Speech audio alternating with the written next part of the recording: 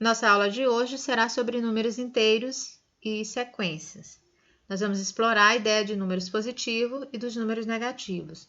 Observando aí a reta numérica, nós observamos que do nosso lado direito nós temos os números positivos e do lado esquerdo nós temos os números negativos.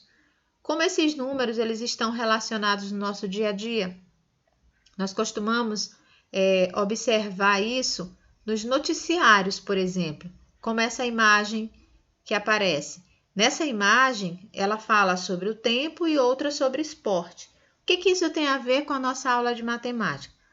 Observe, na notícia sobre o tempo, ela diz o seguinte: no dia 18 de julho de 2017, a cidade de São Joaquim, Santa Catarina, registrou medidas de temperatura mínima de menos 5 graus Celsius. Devido ao vento, a sensação térmica da região chegou a menos 17 graus Celsius. Então, aí nós observamos a representação numérica da temperatura. A temperatura caiu. E como a temperatura ela caiu, ela ficou em menos 5 graus Celsius. Então, a representação dela foi negativa. E a sensação térmica da região ficou em menos 17 graus Celsius. Ou seja, bem menor do que a própria temperatura mínima que já estava na cidade. A outra notícia é do esporte. Na notícia do esporte diz o seguinte: na fase de grupos da Copa do Nordeste de Futebol de 2017, a Associação Esportiva de Altos, no Piauí, marcou 7 gols e sofreu 9, obtendo um saldo de gols igual a menos 2 negativos. Novamente, nós observamos aí a presença dos números negativos, ou seja, ele marcou 7 gols, porém sofreu 9, então ele ficou com um saldo negativo de menos 2. Uma outra maneira, essas aí foram umas observações sobre como os números eles estão presentes em tudo na nossa vida. E como podemos entender que ele vem acompanhado do sinal negativo e do sinal positivo. Nós vamos observar aqui 4 pontos: temperatura, altitude, fuso horário e valor monetário. Então, vamos observar a temperatura. A unidade padrão de medida de temperatura utilizada no Brasil é o grau Celsius.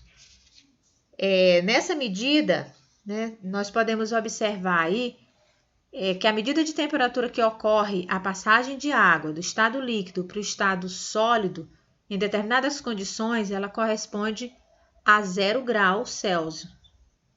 A medida de temperatura maior do que 0 grau, elas vão ser positivas.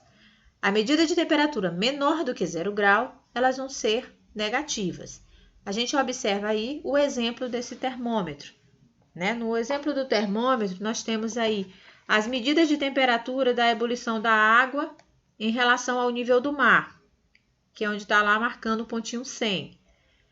Na segunda medida, próximo de 40, é a medida de temperatura normal do corpo humano. E logo abaixo, nós temos aí próximo ao zero, a medida de temperatura de solidificação da água em relação ao nível do mar.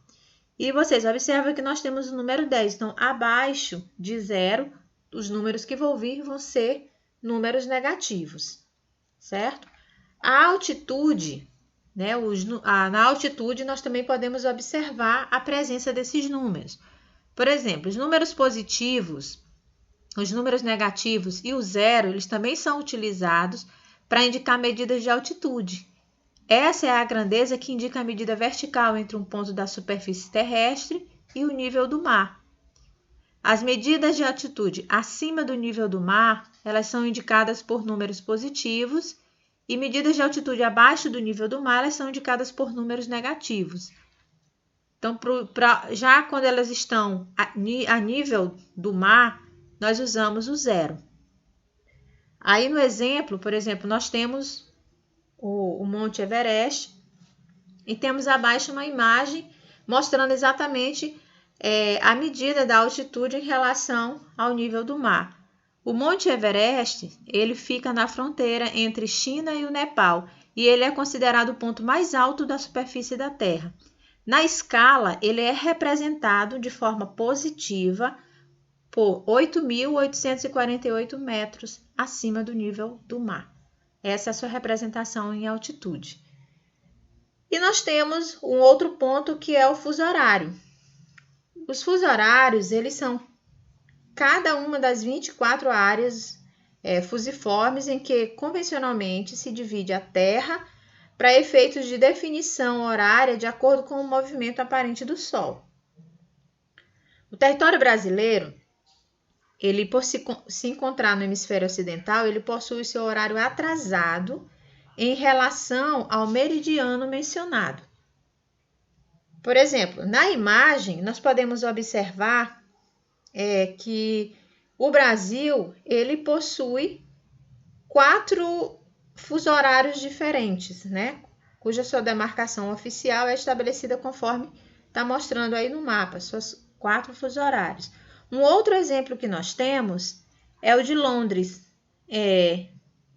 Se lá em Londres for 10 horas da manhã, então em Brasília vai ser 7 horas da manhã.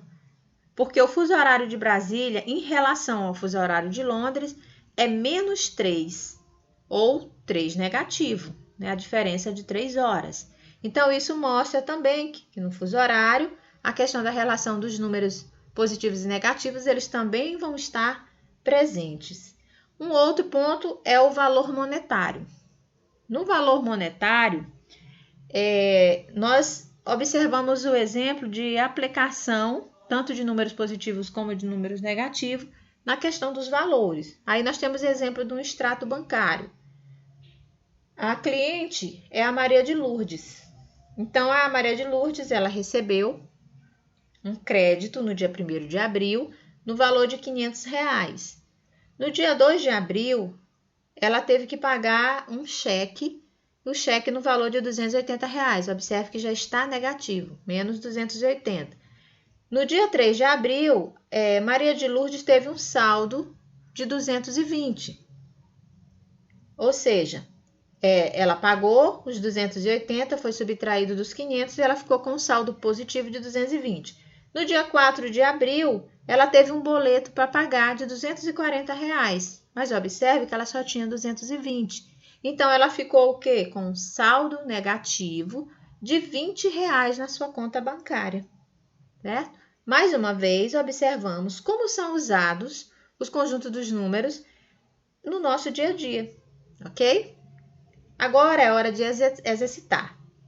Então, nós vamos usar a atividade das páginas 12, 13 e 15 do livro didático e vamos copiar as questões de 1 a 11 e exercitar um pouquinho a questão dos números inteiros.